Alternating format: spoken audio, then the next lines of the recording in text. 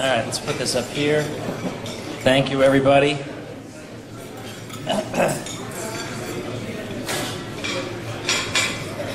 Okay. Oh, can I stand on this? Okay. I don't know if that's some kind of insult, like they know I'm short, so they've got this special little, actually rather rickety contraption here. Who knows what might happen? Gosh, now like I'm towering over this podium and all the rest of you folks. Okay. Well, all right, now I know how all you tall people have it. All right, well, anyway, it's a great pleasure to be here with you guys. I spent a little bit of last night at, we'll just call it the Other Convention.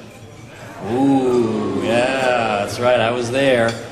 And there were a bunch of those people who said, we'd love to come hear you tomorrow, but, you know, we don't want to get in trouble for being involved with the libertarians. Ooh, terrible. But I think a lot of what you guys do is thankless work.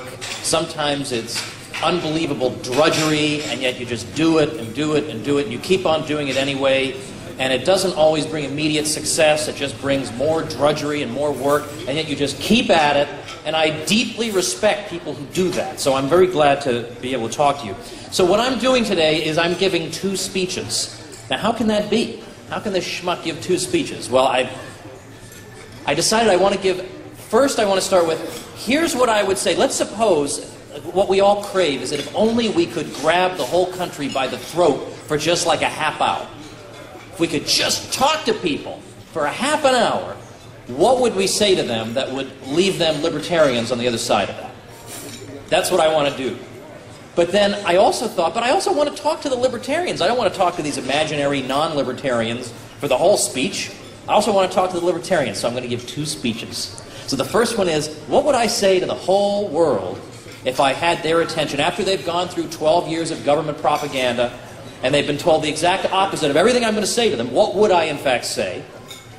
And then secondly, what would I say to a bunch of libertarians if I just happened to have them in a room together? And guess what? Look, hey, here I am. So we're going to do both of those and then sort of tie it all up together. So we're going to zip right along.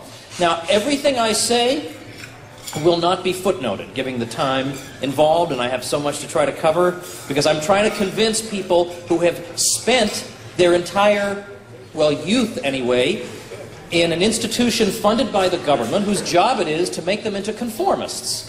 So it is tricky. I have a lot to say to these people. So I'm going to zip through it.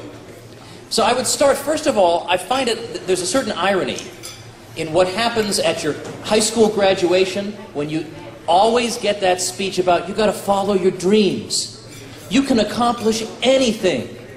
But yet, the whole 12 years you've been in that school, they've been teaching you the exact opposite. You can't do anything.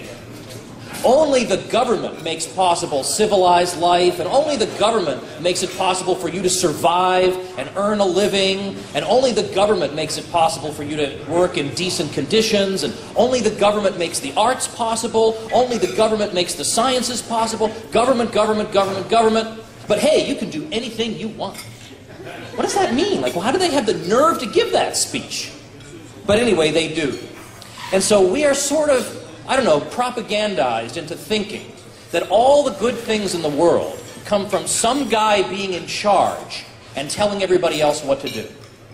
People look to the example of the military, and they say, look at the military. The military gets stuff done. We got a guy in charge and people who obey. So this should be the model for all of society. This is the sense people have.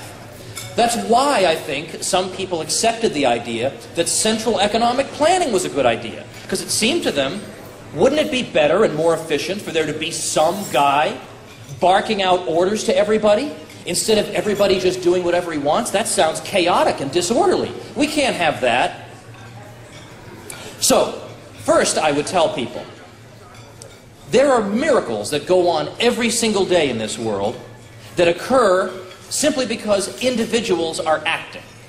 Like, think, for example, there was nobody in charge of the English language. There was no one guy who said, okay, everybody, I've decided. The word for this is tree. Everybody got that? It's going to be tree from now on. Like, that didn't happen. And so it's not even like, as my friend Bob Murphy puts it, it's not that dictionary companies invented English. It's not like dictionary companies just forced upon us the meanings of the words. The dictionary companies are merely codifying our already customary practice of designating this as a tree. So where does English come from? It comes from just spontaneous interaction of people. There is no czar or commissar or planner of the English language, and yet there it is. But you could imagine, you could just imagine people today thinking that there must have been some English language commissar who developed the language. Or how about take a scientific field like physics? Now physics has progressed tremendously over the centuries, and yet there's no guy. There's no guy with a giant physics hat, and he's wearing a lab coat, and he's in charge of physics. There's nobody in charge of physics. They have physics journals, and the journals are supposed to weed out the bad articles, publish the good ones, and people build upon each other's work, and the result is this tremendous edifice of physics. And yet it develops with no guy doing it. No one even stops to marvel at this. But this contradicts this idea that you need some guy in charge. No, what's miraculous is how much we get done with nobody in charge. With just human beings interacting with each other like with other human beings. Just, that's it. Where we interact with each other without some guy with a bullhorn. And it's astonishing what we can accomplish. Like, for example, I'm sure everybody in this room is at least familiar with that Leonard Read essay that Milton Friedman popularized, I, Pencil. So Milton Friedman holds up this pencil and he says, look, I got a freaking pencil over here. You look at the things in this pencil and you realize there's no person on earth who could produce this pencil. And you're skeptical of that. You think, oh, I know Joe works at the pencil factory. He could make a pencil. But when you think about it, it's actually quite difficult. The pencil begins with a tree. You've got to chop down the tree. What are you going to chop down the tree with? Well, you're going to need an axe, or you need a saw. What's the saw going to be made out of? It's going to be made out of steel. And for steel, you need iron ore. And then you need transportation to transport the steel from one place to another. The transportation requires gasoline, which requires oil refinery.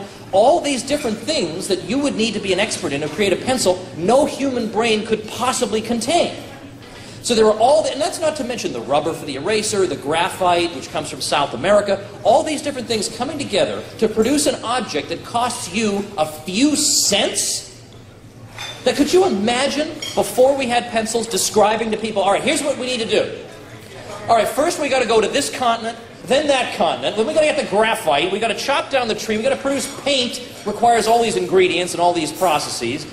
Then we got to shave down the wood to make it all nice and smooth. Where people would say, my gosh, this device is going to cost like $1 billion. And we're going to need some pencil commissar in charge of this thing. We would never have produced a pencil. No one would even try. And yet this happens every single day, and nobody even notices it. Nobody even notices the miracle of this without any central direction, without that bullhorn guy. These miracles go on every day, and we are not ever taught to stop and appreciate them for a change. In fact, there was one time I had a sick child. She needed a vaporizer in the middle of the night. So in the middle of the night, I go to the store, I buy her a vaporizer for $10. And I actually, this is not a joke, I stood there in the store and I marveled at the fact that I just bought a vaporizer for my sick kid in the middle of the night for $10. And this is incredible. Think of all the things that had to come together to make this possible. And then I realized, wait a minute, I have a sick kid, I can't really be standing around here philosophizing, I gotta get out of here. But you know what we are taught to do, though, in school? We're not taught to appreciate markets or the price system that makes all this miraculous stuff possible. No, we're taught how a bill becomes a law. So right away, it prejudices people in favor of government activity. I know all about how a bill becomes a law, but I have absolutely no idea how a pencil could be possible. And I have so no idea about it that I don't even have the idea to ask myself the question. So these miracles take place every day. And in fact, on the free market, we have what the great Frederick Bastiat called economic harmonies. That on the market, we are all acting harmoniously in cooperation and concert together. That workers and businessmen have the same interests, not contrary interests, the same interests. The businessman wants low taxes on his business so that he can make more profits. But the worker also wants low taxes on that business, because the more profits that are earned, the more the businessman can invest those profits in capital equipment. That makes the worker more physically productive. That means more goods are produced, and when more goods are produced, vis-a-vis the amount of money in the economy, that makes your money worth more. The money stays roughly the same, the goods are increased, we all become wealthier through this process. The only thing government can contribute to that healthy process is stagnation and retrogression. That's it.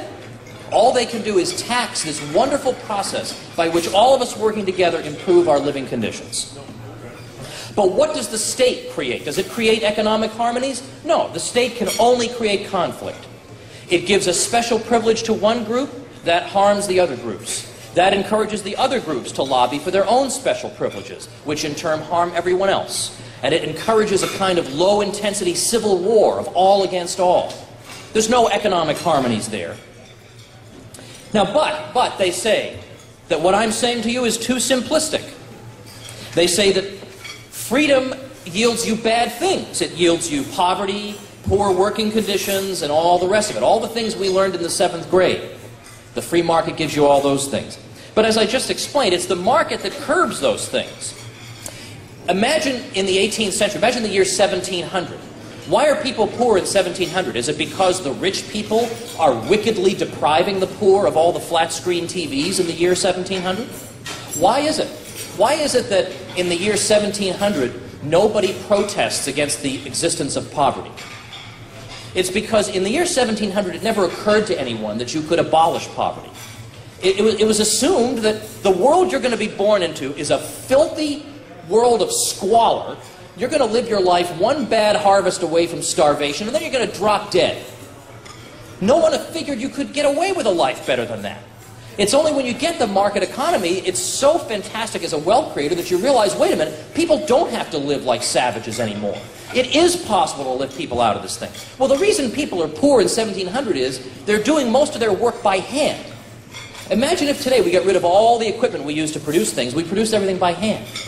We would produce like what, 1/300th of what we produce now, if even that?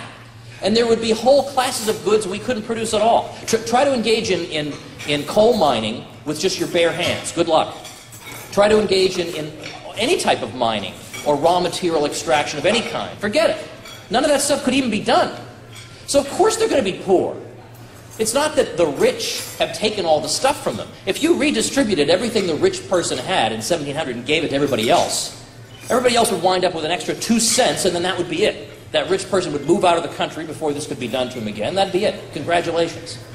The only way you can improve things is by letting the market function, let profits be reinvested, and build that machinery so that we become more productive. Goods become more abundant and their prices come down relative to wages. That is the only way we can become better off. I've talked about working conditions in a couple of my books. I won't dwell on that, but that is also something that the market makes possible. If we went over to Bangladesh today and said, you people have to work in terrible conditions, so today we're going to impose the U.S. Federal Register of Regulations upon the whole country, would that mean that the next day everyone would be working in a wonderful air-conditioned office building? No, it would mean the next day everybody's unemployed. No one could afford that in Bangladesh. So it can't possibly be quite that simple, and it is indeed the market that makes possible the wealth that allows us to work in better conditions. In fact, I just returned from Spain, so I hardly even know what time it is or what day it is or what country I'm in, but I was in Spain earlier this week. I gave a talk there. People were telling me that in Spain, it is so difficult to start a business. There's so much bureaucracy and so much red tape that only the very wealthy can afford to do it. Which is why you see gigantic businesses there. You don't see, even in this country with our curtailed freedoms, we still have some small entrepreneurs popping up. You just don't see that in Spain. You're either poor or you're super-duper rich, because only the super-duper rich can possibly navigate the regulatory thicket that the state has imposed. The state, by the way, which portrays itself as the great savior of the poor. Well, how about poverty around the world? Is that the fault of the free market? Is that the fault of you and me, of us being free? Well, in fact, this is the century, the 21st century and the 20th century combined. These are the centuries where we've started to see, after some years of third-way central planning, we started to see in the mid-20th century, but starting really in the 80s, a lot of liberalization of the good sort around the world. And what did we see? Poverty fell dramatically. Absolute poverty amounted to 85% of the world population in 1820. By 1950, that was down to 50%. By the early 1980s, down to 33%. And by 2001, down to 18%. The world has never seen that amount of poverty alleviation ever. Ever. At the very time that markets are opening up. Never seen any progress like this. Do we read that in the newspaper? Hey, great news, everybody. The New York Times. Hey, great news. Look, poverty is real. No, nothing. Nothing. We are led to believe that the poor are poor because the rich took all their stuff. When did these poor people have all that stuff, for one thing? I mean, this is, or the poor get poorer, the rich get richer. This can't possibly be. The poor, at some point you hit subsistence level. If you get any poor, I mean, the phrase doesn't even make sense. But exactly the opposite is the truth. Now, governments did try to help people. We had foreign aid programs in the 20th century. And everybody, all the experts said the foreign aid programs are indispensable to lifting these people out of poverty. What did these foreign aid programs do? They kept these people in poverty. In case after case after case. There is almost nothing in the history of mankind that has a worse record than Western governments and their state-led development schemes. Absolutely appalling. It led to retrogression, not progress. This was the attempt of governments to help. When they stopped helping, things got a lot better. When Chile had foreign aid cut off, when South Korea had foreign aid cut off, or Hong Kong, these places flourished because no longer could their crummy statist policies be subsidized. They have to adopt the free market. The result was fantastic prosperity.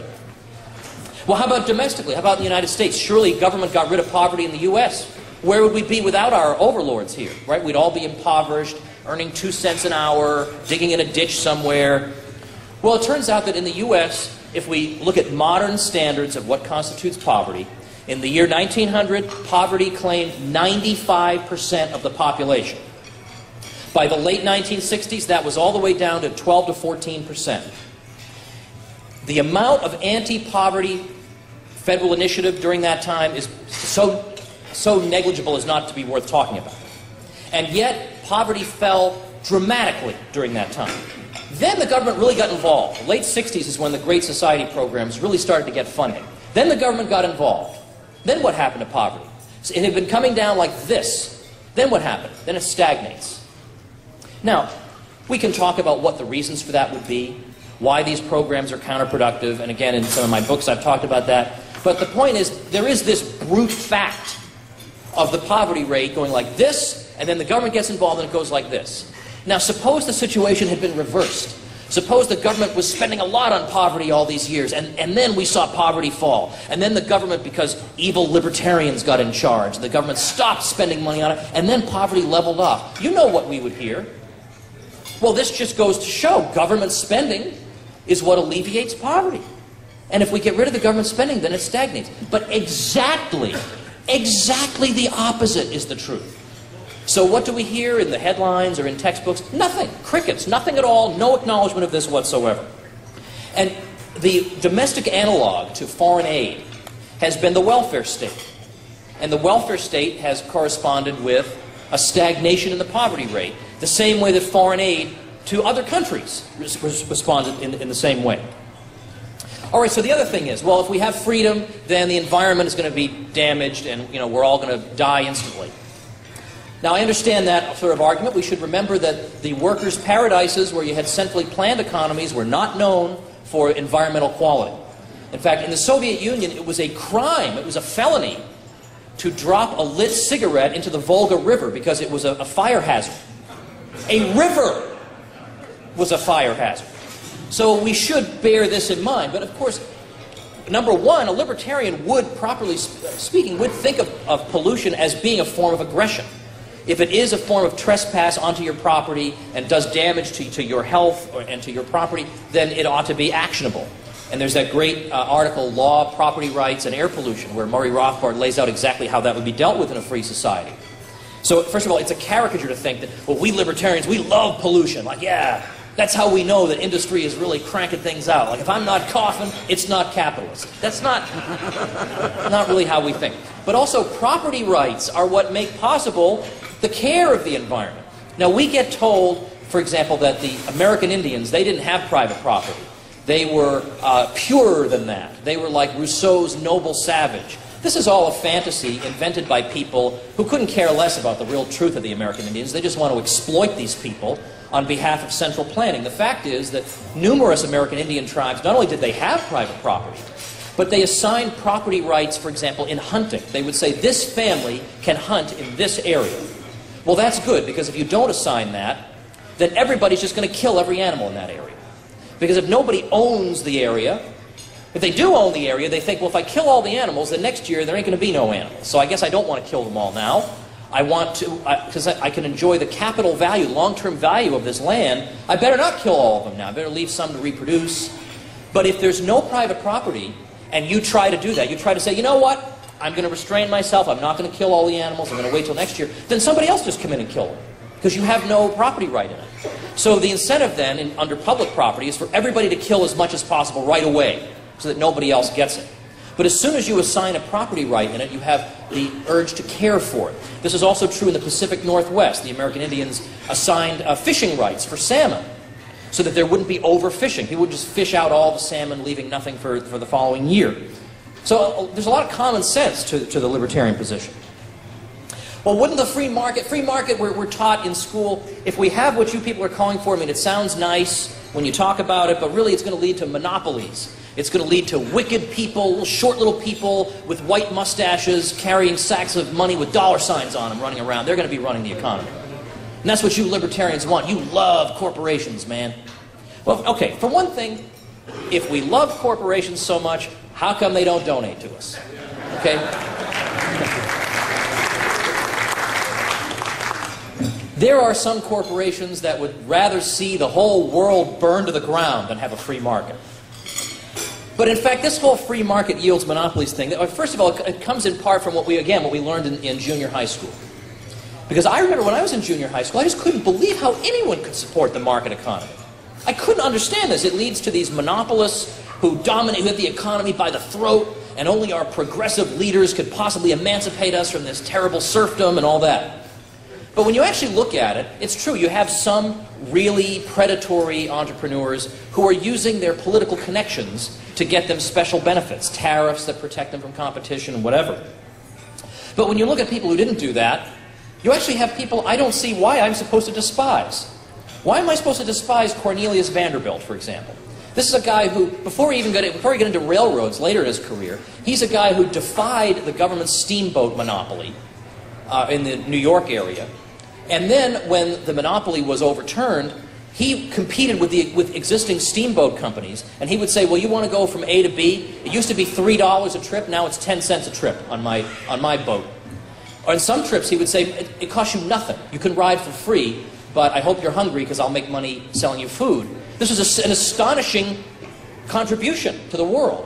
Or then he used his railroad to transport mail. And he's transporting mail across the country, and he's competing against a subsidized railroad line. He's getting government money, and he's still doing it for a quarter of the rate. And the subsidized line goes out of business, and he prospers. Why am I supposed to dislike a benefactor of mankind like this? Why am I taught that this is the wicked person, but the great, wise, benign, benevolent people are these U.S. presidents whose faces look down upon me from the top of the classroom wall? Why is that? Well, it's a rhetorical question. So, of course, we talk about Andrew Carnegie. Single-handedly, the guy reduces the price of steel rails in a quarter century from $160 a ton to $17 a ton. I'm supposed to hate that guy? Now, Rockefeller, okay, you could talk about the things his foundation did, whatever. That's a separate question. I'm talking about as an entrepreneur. I mean, this is a guy who takes the price of kerosene and drops it from $1 to 10 cents. Now, the government can't ever do anything like this. This improves everybody's standard of living, because now everything that uses that as an input gets cheaper. Everything that uses steel as an input gets cheaper. People's standard of living rises across the board. All the government can do is take stuff from some people and give it to you. And that is, not only is that a wash, it's a dead weight loss because of the inefficiencies and everything else involved. But these people actually did improve people's standard of living. And this goes on today, and we are taught to despise people who are involved in commerce. We're taught to be total jerks to store clerks, for example. You treat and I say you, present company accepted, but we're taught to treat store clerks like garbage. There's one tiny thread wrong on your clothes, and I mean, you are going to make hell over this thing. Whereas the TSA is sticking their hands down your pants, and you're going, well, you do what you got to do, man. Like, there's something wrong here, right? I mean, people have got to be schooled to think this way, because that is not a normal reaction to this. Also, okay, so then the claim is, but we do have monopolists, and then they take over, and then they can drive their competitors out of business. They just make their prices super low, nobody compete with them, they drive everybody out of business. It's called predatory pricing. Again, I've talked about that in some books. I have an article coming out on this from the Future of Freedom Foundation in a little while. But for now, I'll just say that there's almost no evidence of this ever actually happening. There are firms that drive other firms out of business, yes, but that's consumers drive those firms out of business, not the firm, really. But where's the suddenly high prices that they're supposed to then impose on the rest of us? They never materialize. And there are a whole lot of reasons for that. There are a whole lot of reasons that predatory pricing is a counterproductive strategy.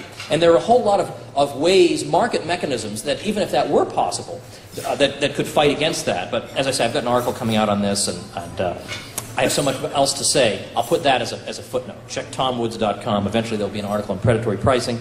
But I have talked about that in my Politically Incorrect Guide to American History. And finally, the antitrust laws. Notice that antitrust complaints do not typically come from consumers.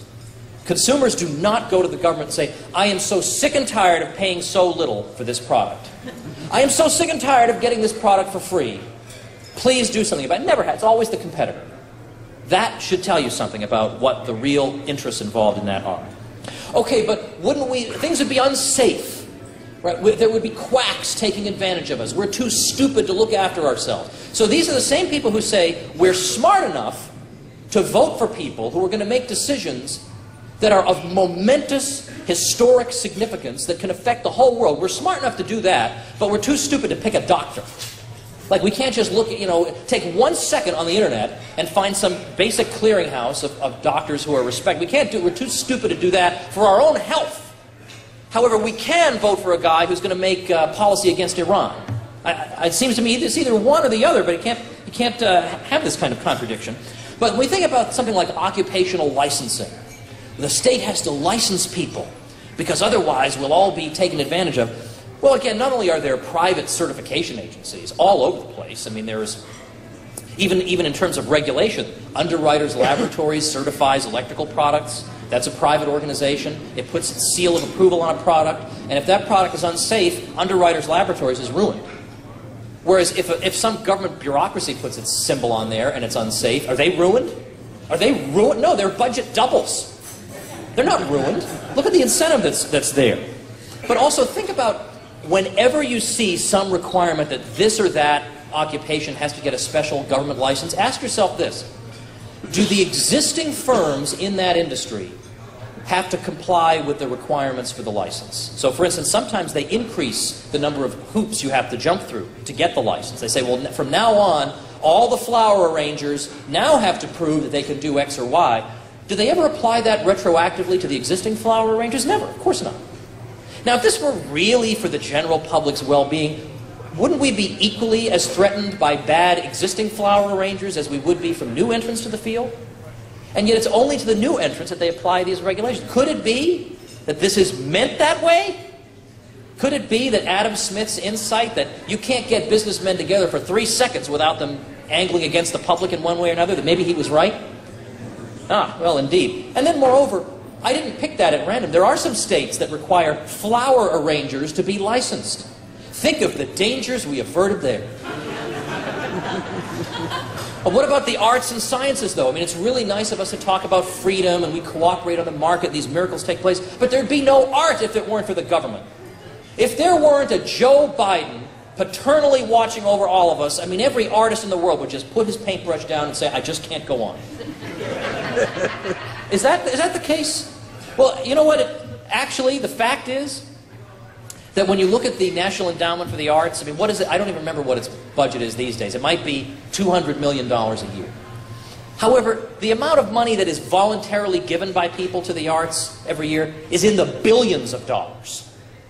And in fact, what do we wind up getting from government arts? Do we get the best artists? Is that what typically happens? No, what we get is artists who happen to be good at filling out government grant applications. These tend not to be the best artists, by the way. Just might think of that. Yeah, what about the sciences, though? Now, surely you people can't be such Neanderthals. I mean, without government involvement, we'd have no science. Nobody would even be interested in the science. We'd all be worshipping thunder you know, or sacrificing an ox to Thor or something if it weren't for government funding of the sciences. But it turns out, again, if you look actually at history, you look at before people's fortunes were being decimated by death taxes and income taxes and all that, the private sector vastly outperformed the public sector in donations to the sciences. I mean, we're not even close. Same thing with welfare spending, by the way. So there's that. And then there are government arguments, well, people can't capture the profits of science for themselves, or there's no profit in basic science. I talk about this in Rollback a little bit longer. The key book on this, if you are interested in the sciences, is this wonderful book by Terence Keeley, Kealey, called The Economic Laws of Scientific Research. And man, the scientific establishment absolutely hated him for writing this book, where he showed that the claims that are made for government science funding are every single one of them is faulty. Not one of them actually conforms to the observed data. And moreover, what typically happens with government science funding is that one point of view is privileged. Because politicians are not, they feel like they can't get away with funding this approach to cancer cures and that contradictory approach to cancer cures, because they're afraid taxpayers will say, hey, you're funding different things, half of these things are going to be wrong. So what they do is they say, what's the consensus among scientists? They pour all the money into the consensus, and that builds up this one way of thinking. Anybody who's a dissenter from that is immediately ostracized, marginalized, can't get any attention. And so science becomes inevitably politicized. We're also told that if it's just you and me interacting and exchanging things, we cause depressions. Depressions just occur spontaneously on the market. People become greedy at a particular moment, and then suddenly depressions occur. There's not enough spending, like whatever the rationale is, we're told that depressions occur. But our answer to that is that depressions are not natural to the market economy. There's no reason for them to be natural to the market economy. Businesses going out of business, that happens. Not everybody can anticipate what consumers are going to want. Sometimes you produce a product, people don't want it. You go out of business. That's going to happen. But why would a whole cluster of businesses go out of business at once, at the same time? Why would that happen? And so what we do is we refer to the Austrian School of Economics, which teaches that when you have a crummy central bank that interferes with the economy, it deforms the economy. It lowers interest rates artificially, and it encourages investment in the wrong lines of production. It encourages investments that wouldn't have seemed profitable if it weren't for these artificially low interest rates. And so the economy becomes deformed. We begin to see sectors of the economy expand that wouldn't have expanded otherwise. That the economy would be saying normally, no, don't expand that, expand here. And as time goes on, it requires more and more money being printed to sustain these artificial firms and artificial lines of production. But they can't keep printing money and creating money over and over, because ultimately they'll destroy the currency. So eventually they have to stop the inflation, and then all this production that's been propped up that can't survive without these artificial infusions of money, they fail. And then you get this depression. And then we're told we caused that. The government had nothing to do with that. That's because of us. And if only they had been able to crack some more skulls, they could have prevented this depression. Everything is always our fault. The financial crisis was our fault. Inflation is our fault. That's greedy businessmen. That's labor unions. It's never the government's fault. They're always innocent bystanders. Now, if you're 7 years old, you might be satisfied with explanations like those, but after a while you have to say, maybe the government has an interest in making us think that all good things are caused by it, and all the bad things are caused because we don't have enough of them. The fact is, in this most recent financial crisis, you know how many agencies, state and federal, we have in this country whose job it is to regulate financial markets? 115. So you mean to tell me that if we had just had 116, then we wouldn't have had this crisis? These regulators, we had plenty of them. None of them saw the crisis coming, almost none of them. And most of these people, let's face it, are not the brightest bulbs in their class. If you go to business school, you do not say to yourself, I can't wait to get out so I can work for the SEC. No, does not happen. Doesn't happen. That's the kids who are at the bottom of the class, and they say, I guess I got to go work for the SEC. And they wind up being time-serving drones, and the kids who graduate at the top of their class run rings around. It is not for lack of regulators that we had this problem. Who's the chief regulator of the banking system? The Federal Reserve and the Federal Reserve Chairman. Did they perceive that there were problems coming down the line? Greenspan told everybody you should take out adjustable rate mortgages, and that the fundamentals are sound. Bernanke said there's no housing bubble. Appraisement practices are sound. Lending practices are great. Everybody should get in with both hands. That's what these people said. Greenspan, this guy's supposed to be like in charge of everything. We're supposed to just bow down in front of this guy. He's the wise planner, the former saxophone player turned Federal Reserve chairman. We're supposed to say, oh my gosh, Alan, you know what interest rates should be. We're too stupid to decide them on our own. You better tell us what it is. And the thing is, he would say things like, I'm not kidding, he would say things like, I had this feeling in my gut, and so I decided to lower interest rates by 25 basis points. A feeling in his gut? And meanwhile, you got people who practically worship this guy. You remember the story of Stephen Glass? He was a reporter for the New Republic magazine, and they made this wonderful movie about him, Shattered Glass, because he used to just make up his stories. He invented the stories. People would say, gosh, how does he break all these fascinating stories? Because he invented them. He just made them up. They didn't actually occur. So one of the stories that he invented was that some Wall Street investors had built a shrine to Greenspan with flowers and candles and an image of Greenspan, and they would gather together and meditate there. Now that was a made-up story, but the point is nobody noticed that was a made-up story. People thought, yeah, that seems plausible. That is creepy. I mean, this is what we are taught, the type of disgusting, superstitious reverence we are taught to have for these people. And then it turns out they're dead wrong. Greenspan even was interviewed, was it Diane Sawyer? I can't remember. He was interviewed not long ago, and she played a portion of his congressional testimony. Total gibberish that makes no sense whatsoever. And she asked him to explain what this meant. And he admitted that he was just making stuff up. He was trying to throw Congress off the track, and he figured Congress doesn't know anything about monetary policy, so you just go blah, blah, blah, and they'll just go, yes, sir, when's lunch? And so it turns out that even Greenspan himself, he said, he called it, well, what I was using there was syntax destruction. So he's even got his own weirdo phrase for it.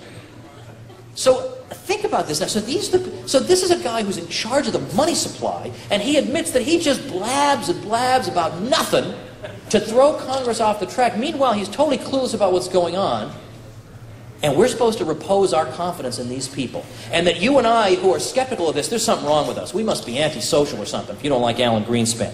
Something wrong here. Now, ultimately, what does it boil down to, though? We can answer all these objections all day long. It basically boils down to there are two ways to acquire wealth. You can create wealth by serving your fellow man. That's the way a civilized person creates wealth. Or you can expropriate people. You can loot people. At the point of a gun, you can take stuff. That's it. Everything boils down, one way or another, boils down to one of those two original ways. Well, it's obvious which way our society has chosen.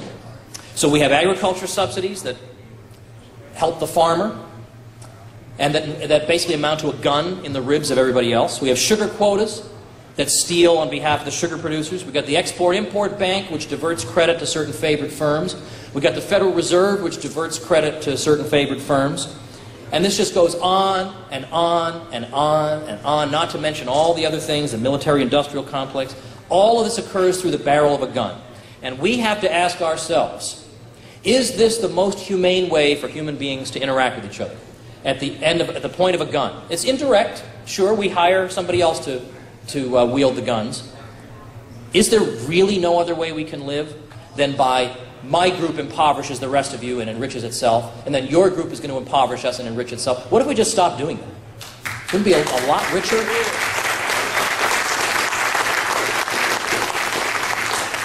So it really boils down to, is the foundation of civilization peace and free exchange and voluntary interaction of individuals? Or is the foundation of civilization, as the state would have it, the gun, the badge, and the hangman?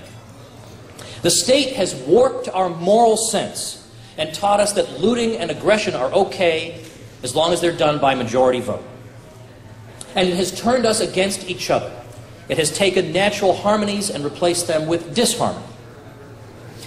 And it is at this time that we ought to recall with Murray Rothbard that what we are really faced with in society is not a conflict of rich versus poor, or white versus black, or city versus country, or industry versus agriculture.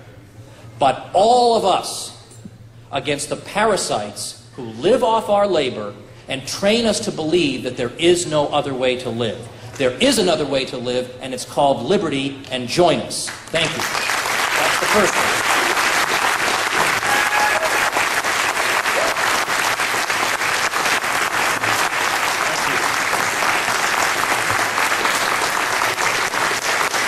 Thank you. Thanks very much. Okay, that's speech number one. The second speech is much shorter. It's like I can't even dignify it as a speech. It's like 5 minutes of pep talk. But I do want to give a pep talk. I don't want to just give a speech just for non-libertarians. It'd be a little weird at a libertarian convention. So a few little things, and then afterward I'm going to zip over to the glasses were nice enough to let me use some of their table. So I have a few titles. I'll be sitting there chit-chatting with folks. Although, you know, at 1:30 you've got to beat back. So don't you get in trouble. Don't blame me if you're out here talking to me. You know, I didn't tell you to do that.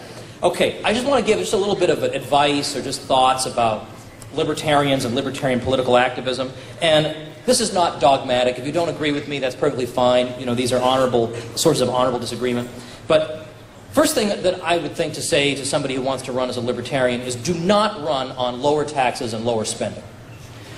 Of course, we favor lower taxes and lower spending, but unless you're going to say that I pretty much want, I mean, so low that you can't believe how low I want the taxes and spending to be, then people will just vote Republican. Because they'll just say, well, you know, libertarians have a hard time winning, Republicans are more likely to win, so I just vote for the Republican. If you're just Republican light, why would people vote for you?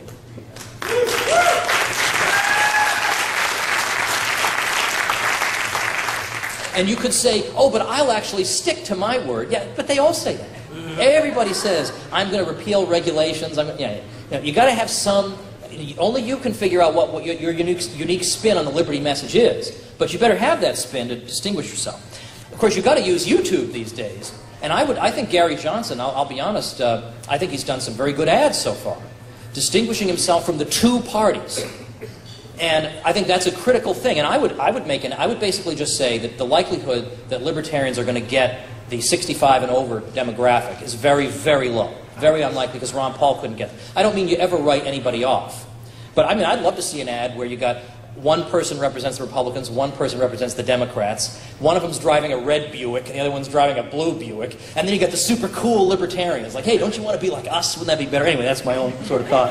Okay, so second thing is, do not neglect foreign policy. There was a period, obviously if you're running for state office, I think you can safely neglect foreign policy. But there was a time in the history of the Libertarian Party where you could find a lot of people who were, I think this is over, thankfully, more interested in science fiction than in foreign policy. Those days are over, okay, because some of the state's worst crimes are carried out in the area of foreign policy. If you want to distinguish yourself from the other parties, that is a clear way to do it, because there is a bipartisan foreign policy consensus that has done nothing but harm to this country, and you cannot run away from that. And when Murray Rothbard was helping to write the initial Libertarian Party platform, he had to claw his way to making sure that foreign policy was given pride of place. He said, this is the key issue. James Madison said this was the key issue. I mean, war is what brings in its train so many forms of oppression. It cannot be neglected. This is an essential issue. Thirdly, the Murray Rothbard is radioactive thing needs to come to an end. Okay?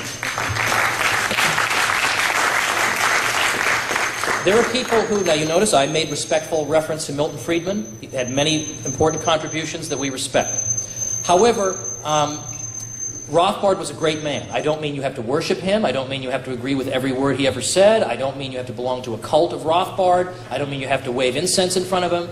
But for heaven's sake, somebody writes a 1,000-page economic treatise that is praised by Ludwig von Mises, who was not exactly copious in his praise, if you know anything about him, who in his 20s and 30s was so conversant with economic literature that he knew the mainstream inside and out. Look at the footnotes in Man, Economy, and State. In his spare time, he writes a 4-volume history of colonial America. He publishes libertarian newsletters. He founds the Quarterly Journal of Austrian Economics, the Journal of Libertarian Studies. He writes works of history on the Great Depression that are astonishing in their scope and their effectiveness. He writes a study of the Panic of 1819 that's praised by every academic journal. One could, I mean, look at him, he was a movie reviewer. His correspondence is this big. You would write to him, he would write you back, even though how did he find the time? He's writing all these big books on an old typewriter. I mean, this, maybe you didn't agree with every strategic decision he made, but, you know, whoever's infallible in this room will drop Rothbard and follow you. But this guy is a hero who helped to found this very institution that we're sitting here celebrating. So this whole thing where the only libertarians in the world are Hayek, Friedman, and John Stossel, that's got to go. And you know who I mean when I say these things. And that's not to say that we shouldn't respect John Stossel. In no way am I taking anything away from those people. I'm not trying to take away, I'm trying to give. Okay, always give. And then finally, one small little thing, and I hope I won't seem like an ungrateful guest, because believe me, I am extremely grateful to be here.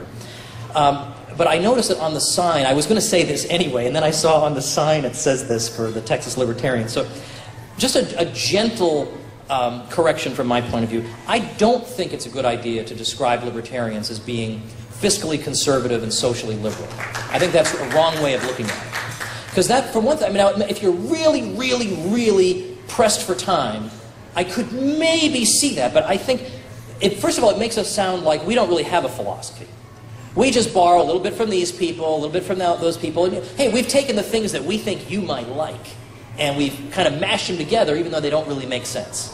That's not true at all. We have the most consistent philosophy of anybody who ever lived.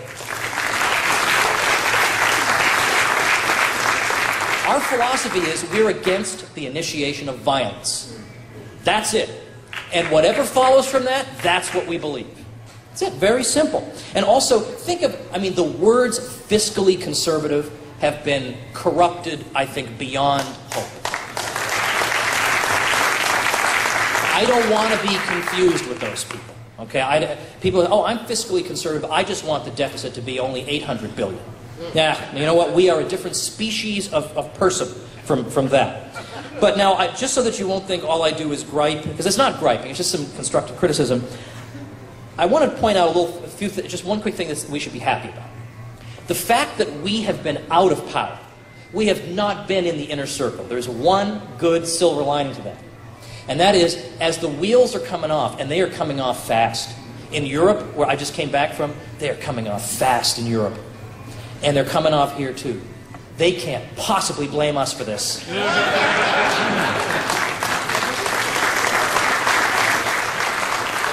People are going to be looking for answers. And they're going to be looking for answers not from the same old people who caused all the problems. They're going to be more willing than ever to look in places that they wouldn't have thought they would have looked, even 5 years ago. And that's the gap we have to fill. Now, I know it's a cliche to say the internet has opened up a lot of possibilities for us, but it's absolutely true. Now, it's also true that on the internet you can read Time magazine. You can read mainstream opinion. But the point is, you could read mainstream opinion before the internet. But you couldn't really find us. I mean, and if you did, by accident, you know, if you want to find out about our philosophy, you got to send a self-addressed stamped envelope to some address somewhere, and, you know, 3 weeks later you get a pamphlet. But today, we can reach people in ways that are astonishing. And so what I want to urge people to do is something that I've been urging people to do in a lot of the places that I've been stopping. You have ways to reach people that are free. You can start your own blog and it's free. And you should do that. And just, you say, well, I'm already really busy. Just get more efficient. We can all get more efficient. Carve out 20 minutes a day and just write on that blog. What do I write about? Well, if current events aren't enough to chew on, or if you feel like, well, I don't have enough original to say, other people are talking about current events, read. There's plenty of good stuff to read. Just write about what you're reading. And that'll help somebody. Somebody else who's going to be reading that thing. It'll help that person navigate. Just write down what your thoughts are about what you're reading. I actually made up a thing. I know we're not just about economics. We're about the whole package. But I'm interested in economics. So I wrote up a free resource because people kept asking, what should I read? I want to become knowledgeable in Austrian economics. So I wrote up learnaustrianeconomics.com. So you can go there, and this link to almost all the resources are online for free, or you can listen to them. So get a few of those and just start writing about them. And this will help somebody. It'll help you. It'll make you a better writer. It'll help you organize your thoughts better. There will be no time in your life when you're going to say, gosh, I'm so sorry I wasted time becoming a good writer and thinker. That was just out the window that time. You're not going to say that to yourself. Secondly, everybody can have a YouTube channel. It's amazing. You can comment on things, and it's free. Start your own YouTube channel, and it's free. It's amazing. You should do that. And this will help you get over your fears of speaking. There won't be an audience right in front of you, but you'll be surprised. It's also nerve-wracking to speak in front of just a camera. In some ways, that's more nerve-wracking, because you don't know if anyone's going to laugh at your jokes or not. You know, this is just out there in the ether. But this is free. I have a friend, and I keep badgering him. I keep saying to this friend, and this is my form of saying, you better do this, because someone's going to take this idea. I have a friend who's very, very, very smart. I'm blessed, because I travel in these circles, to know a ton of geniuses. This guy knows a lot about economics. And I said, you know what you should do? You start a YouTube channel, and every week you make an 8-minute YouTube critiquing Paul Krugman's column.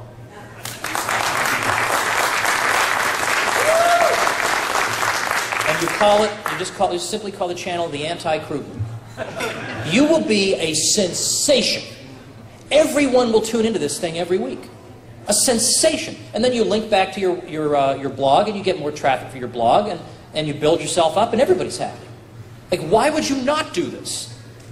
These sorts of things are at your fingertips. I mean, that's $1 million idea.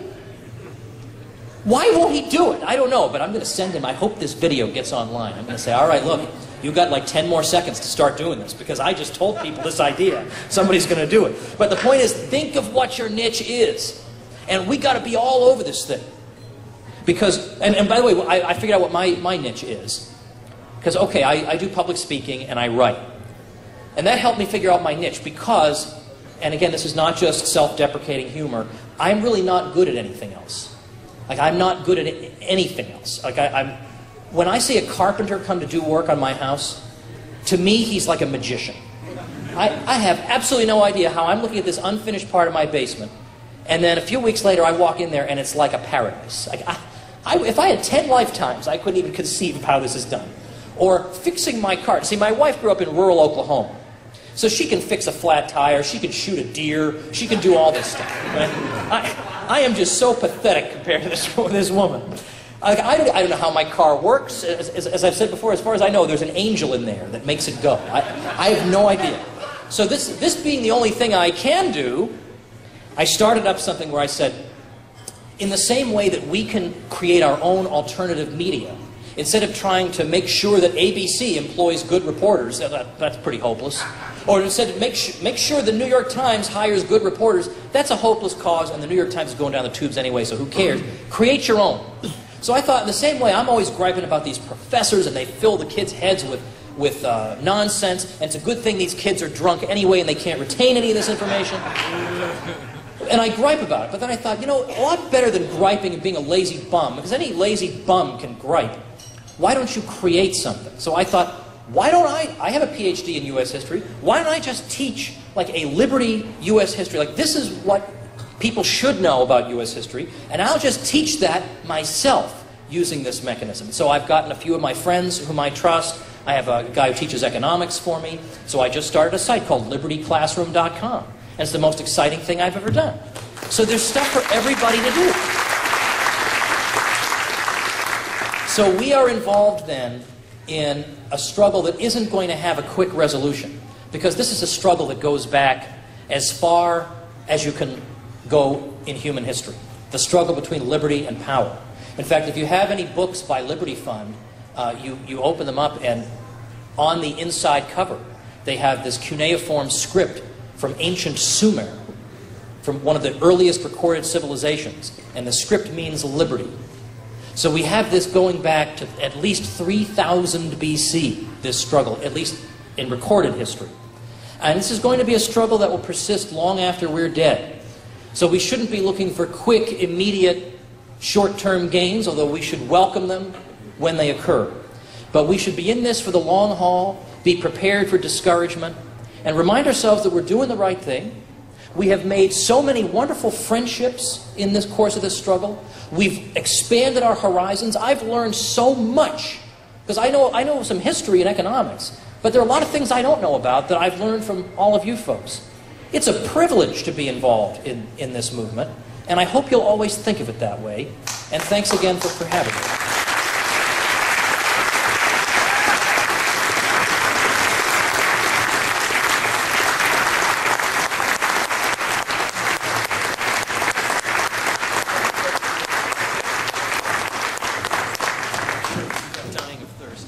Just a programming announcement. If Elizabeth Miller is here, if she can come up.